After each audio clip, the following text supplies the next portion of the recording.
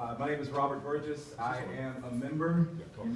I'm a member of the South Carolina Progressive Network as the faith liaison on the executive committee.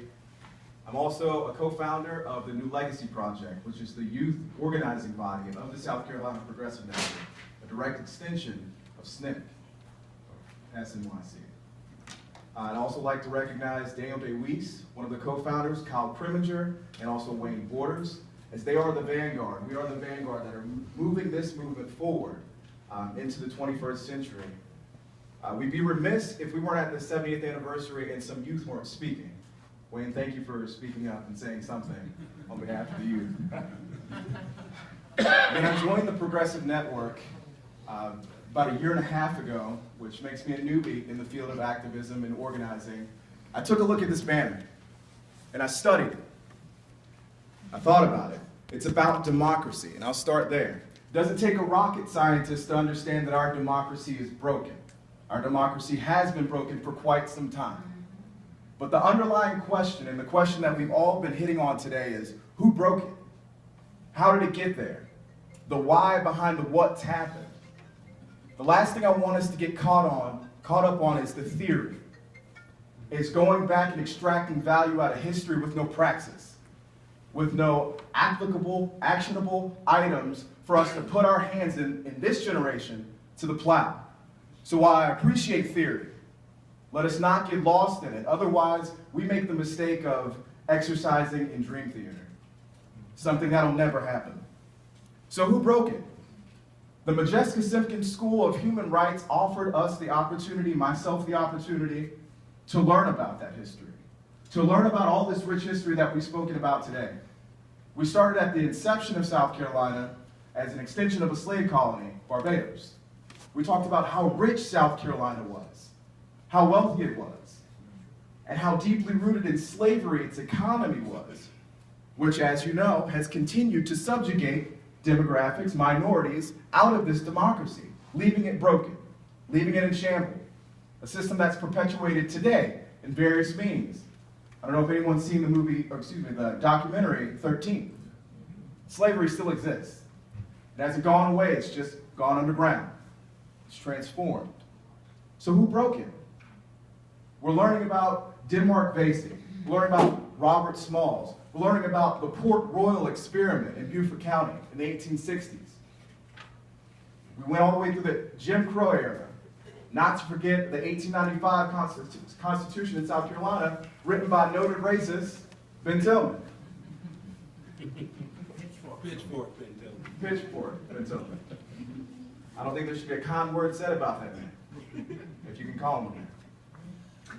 We moved through the 1960s and the 1970s. We highlighted the GROW movement, started by our very own Progressive Network Executive Director and Becky Robbins as well. So let's not forget that our history is still in this room today, not to mention all of the wonderful folks who've joined us this afternoon and this evening. Statue to the devil's on the screen. Oh, it causes me a lot of heartache. So we learned about who broke our democracy. And then, as we began to peel back the layers of the struggle, of the cycle, me and myself, I grew up in an impoverished area in West Columbia. I didn't grow up with a silver spoon. I had to fight. Wayne, you made a great point. It is all about fighting. Dr. Gelman made a better point. Not a better point, an equal point. Can't give you that credit. It's about time. That's the third tenet. It's about time. Democracy and our struggles will not be resolved overnight, and it certainly won't be resolved with bickering. It certainly won't be resolved by looking back on the past and trying to piecemeal all the different individual points to figure out whether or not who did what and where. It needs to be brought into a present landscape. Sir, you mentioned that. The idea of activism, growing those values and those shared values. It's about justice. It's about what do we learn from that past? What value do we extract? Not for simply rhetoric, not for simply theoretical implications, but for the actionable items of today. My wife and I, who's joined me this afternoon, thank you, sweetheart. We have two beautiful children, 4 and 2 years old. I am a concerned citizen of this state who does not see a future for them. We will have to move. We will be one of those couples who grow up in the struggle, learn to become activists and organizers, and then because of the plight of our system, we'll have to leave to find other opportunities. We'll be quartered away to New York, or Detroit, or Colorado, where this is the battleground, this is the firing lines of the fight. What do we do when it comes to justice? As the faith liaison, I have the distinct privilege of going into the faith community and meeting with these leaders of the faith community, if you want to call them that.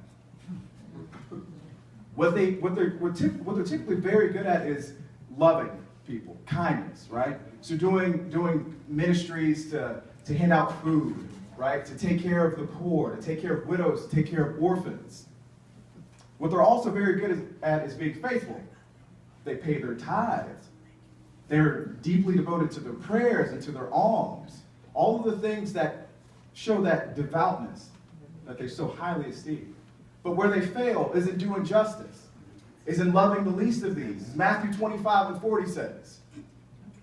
Is in loving your neighbor regardless of gender, race, creed, sexual orientation, as you love yourself. How do we get those people into the fray, into the movement?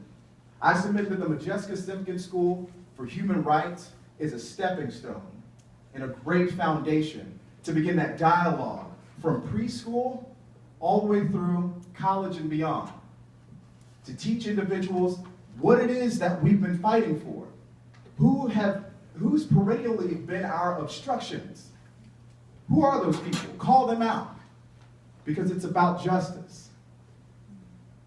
So I definitely thank everybody for attending this evening, and I thank Brett and Becky for the opportunity.